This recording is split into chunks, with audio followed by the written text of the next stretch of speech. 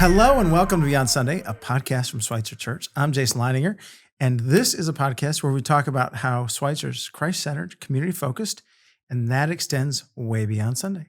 Today in studio, we have Sheila Pippin, who's the pastor of Congregational Care. There you go. There you have it. I forget titles faster than I can forget what I had for breakfast. That's all right. Anyway, Sheila is in today because she's been leading a class, a ministry around recovering from losses in life. And so I wonder if you could just give us an update on kind of what that class is about, what that experience is about, where you're at, and what's upcoming. I would be glad to. Thanks for having me with you today. And our Recovering from Losses in Life class was 4 sessions.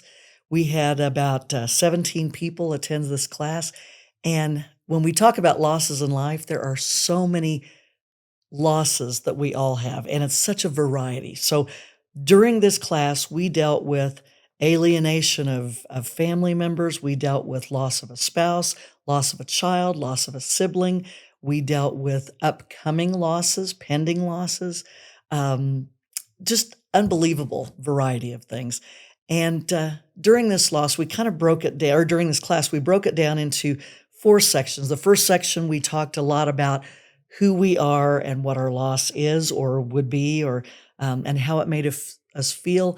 We gradually moved from talking specifically about the loss to what we can do to deal with that loss. And ultimately, by the end of the class, we were talking about how we could make ourselves better, not getting rid of the loss, because you never get rid of the loss in your life, but finding ways to cope with it and to continue living with positive energy and with God by our side.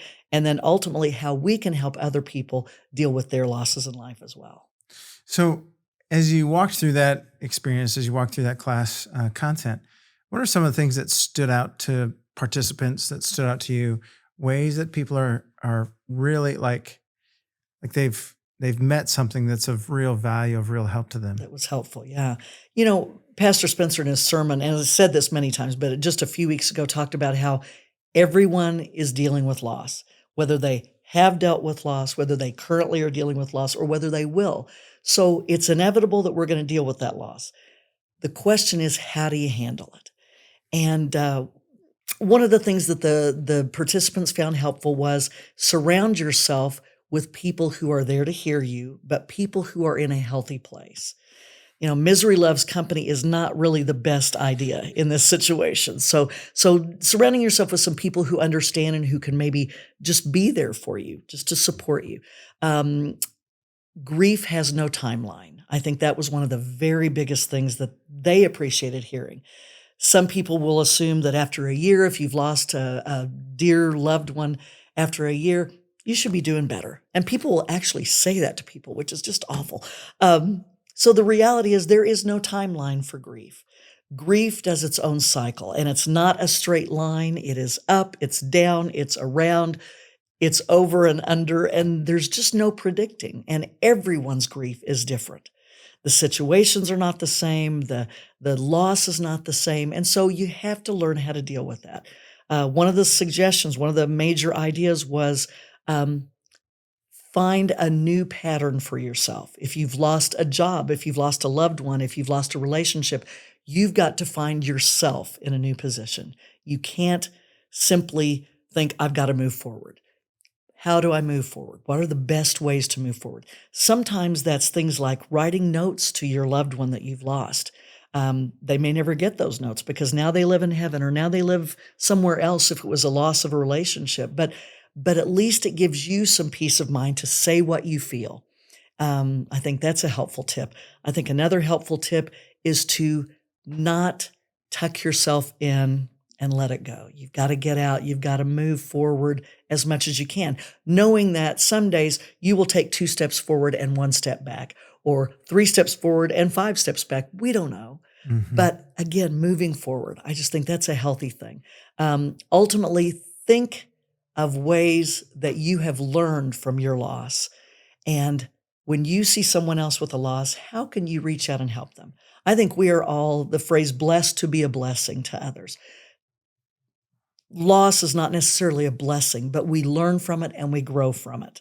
So that's a good way we can help others in the future. Yeah. So it was a 4-week experience. You wrapped up here near the end of May. What are some future plans around ways that people who may go through loss in the future, or I mean, We have so maybe many will, things on the yeah. horizon. We have a queue of about 10 things, so we have to narrow it down. We have to funnel this down to doable things. But we have a team in the Congregational Care Ministry called Life Challenge Team, and we deal with losses, we deal with grief, we deal with relationships. So some of the things we're thinking about is parenting your adult children, parenting your parents, communication, which is always difficult, in particular for teens and parents or whatever.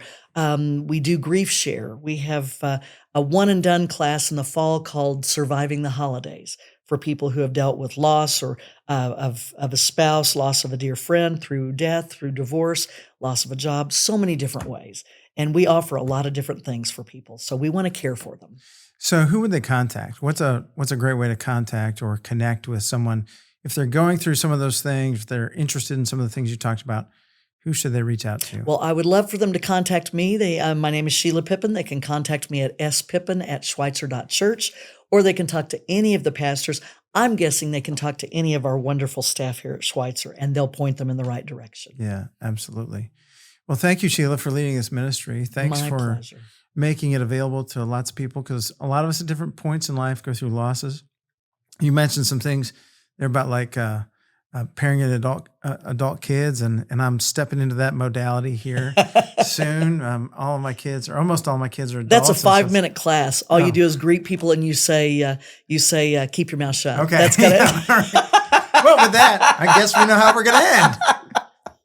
Thanks so much for coming in. Oh, thank you. And thank you for tuning in, for listening. And we hope that today you are having a great day, a blessed day, and that you join us however you can, whenever you can, at Schweitzer.church. Thanks.